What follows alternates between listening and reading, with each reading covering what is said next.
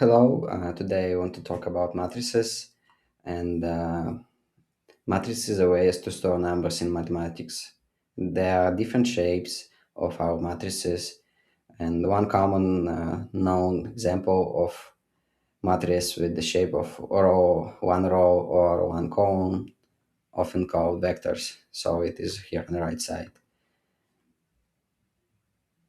So vector is simply a special case of a matrix that has only one single row or single column. Matrix addition and subtraction. This is first operation that we will look at.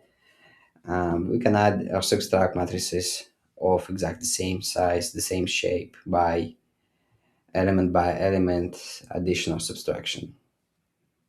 So top left element and plus top left on the second, top right on the first matrix and top right on the second. We just add or subtract them accordingly,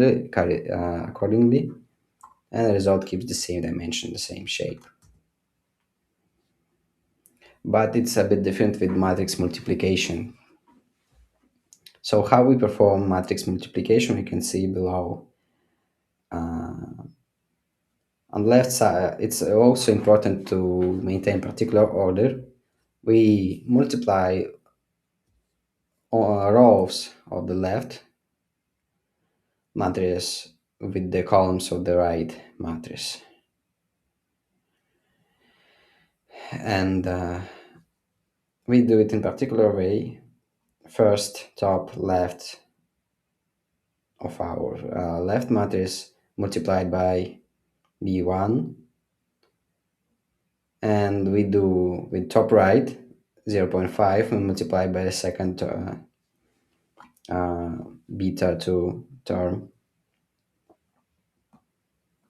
and we have to sum the result of these two multiplication to get c value, and we'll get this result as a vector c. It's also important to understand that we can perform multiplications where we have two matrices. First of one is an xk shape and second kxm shape. It means that we have three rows, two columns, and here we have two rows, one column. And basically, the second number of the shape of our first matrix, two columns, has to be the same with first number of shape for our second matrix. In this case, we have two rows. So we have to have two rows, two columns and two on the first matrix and two rows on the second matrix to be able to perform multiplication correctly.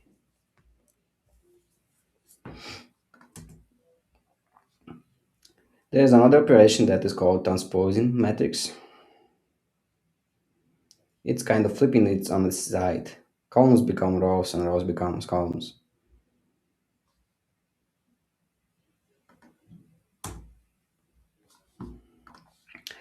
Identity matrix, commonly denoted by the symbol E, it can be of any square size. This is kind of matrix analogy of number one. So it has to be squared size. It means rows and columns has to be equal. So this kind of matrix and identity matrix has zeros everywhere with ones placed diagonally. Another important matrix type is inverse matrix, and this is a matrix that when we multiply it by the original one, uh, yields the identity matrix. Just like arithmetic operation 4 multiplied by 1 divided by 4 gets 1 in ordinary arithmetic. So we the same way in the world of matrices. If we multiply our original matrix A by inverse matrix, we will get identity matrix.